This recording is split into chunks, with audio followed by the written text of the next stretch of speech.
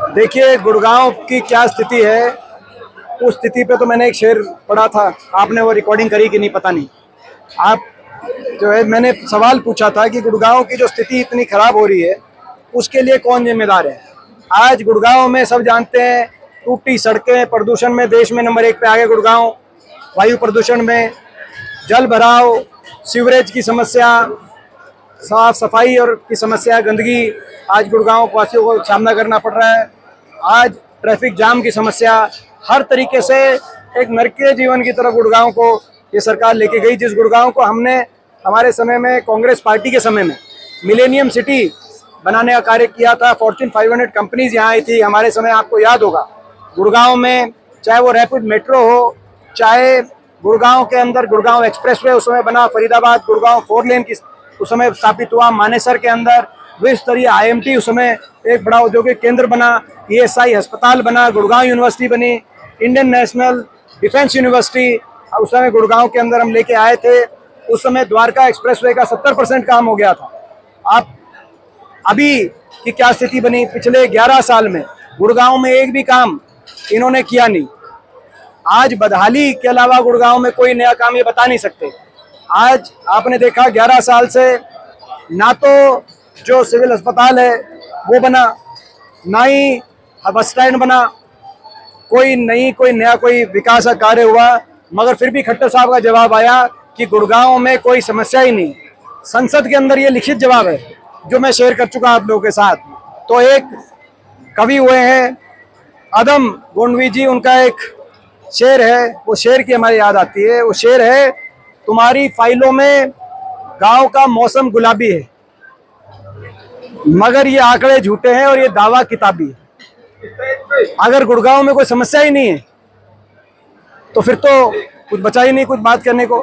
तो ये 11 साल खट्टर साहब पहले मुख्यमंत्री रहे, अब ये उसी महकमे के मंत्री हैं। एक मेट्रो का खंभा आगे नहीं बढ़ाया इन्होंने।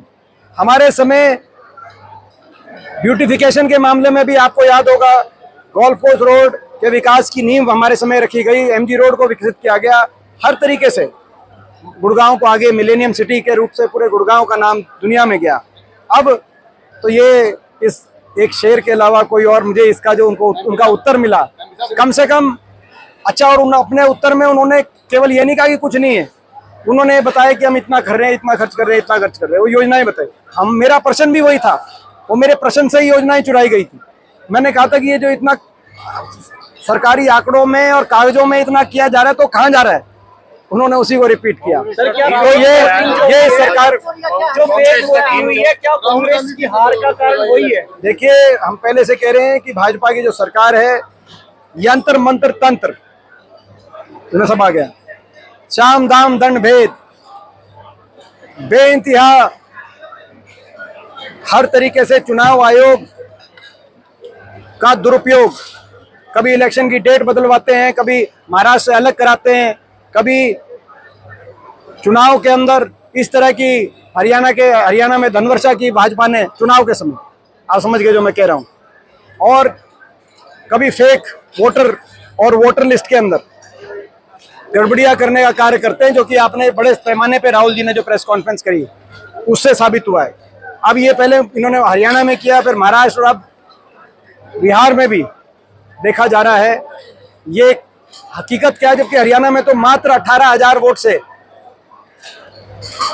फर्क रहा था भाजपा और कांग्रेस में, और 22,000 वोट अगर ज्यादा होते कांग्रेस के तो कांग्रेस की पूर्ण बहुमत से सरकार बनती। केवल 18 से 20,000 वोट का फर्क है दोनों के मत प्रतिशत में। हरियाणा के अंदर जब से हरियाणा बना है तब से 15वीं विधानसभा है, लगभग आज तक सबसे ज्यादा मत प्रतिशत कांग्रेस को मिला तो इस बार मिला, लेकिन 18-20,000 वोट से किसी तरीके से मैनेज करके भाजपा ने इलेक्शन मैनेजमेंट से सरकार बनाई है। लोगों के जनभावना, व्यापक जनभावना से बनी हुई सरकार नहीं है। यही हमारा कहना है। अगर जनभावना होती तो खट्टर साहब को यूं बदलना ना पड़ता। अगर उन्होंने अच्छा काम किया होता तो हरियाणा में ही चलाते। कई इनके मुख्यमंत्री 3-3, 4-4 टर्म भी रहे, मगर उनको बदलना पड़ा। वो यहाँ के लिए नहीं, लेकिन उनको सेंटर में। कैप्टन अजय यादव ने कहा है कि अध्यक्ष बदलने वाले हैं, तो क्या कुछ ऐसा विचार? वो कांग्रेस का संगठन का विषय।